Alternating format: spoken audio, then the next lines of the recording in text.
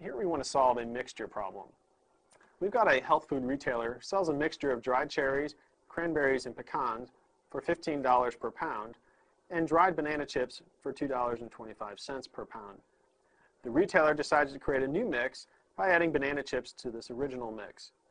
How many pounds of banana chips must be mixed with 40 pounds of the original mix to obtain a new mixture that sells for $10.25 per pound, but with no loss in revenue? We want to round our answer to 2 decimal places if necessary. To begin with, we want to start by defining a variable. Since the problem asks us to find the number of pounds of banana chips, we're going to let x equal the pounds of banana chips.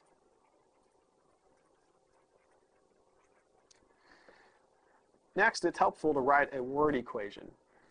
What we know is that the revenue from the mix is supposed to equal the revenue from the bananas, the banana chips, plus the revenue from the original mix. We want no loss of revenue, so the combined revenue for these two separately must equal the revenue from the mix. Now, how we get the revenue is by selling pounds of the mix.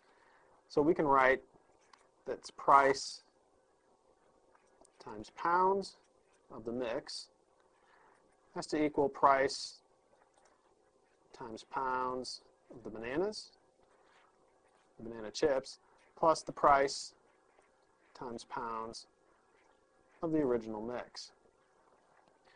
Then we can plug in what we know from the problem. The price of the mix is going to be $10.25 per pound.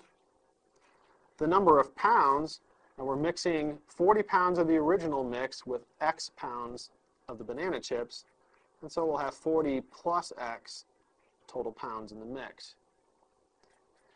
For the banana chips, the price per pound was $2.25 per pound.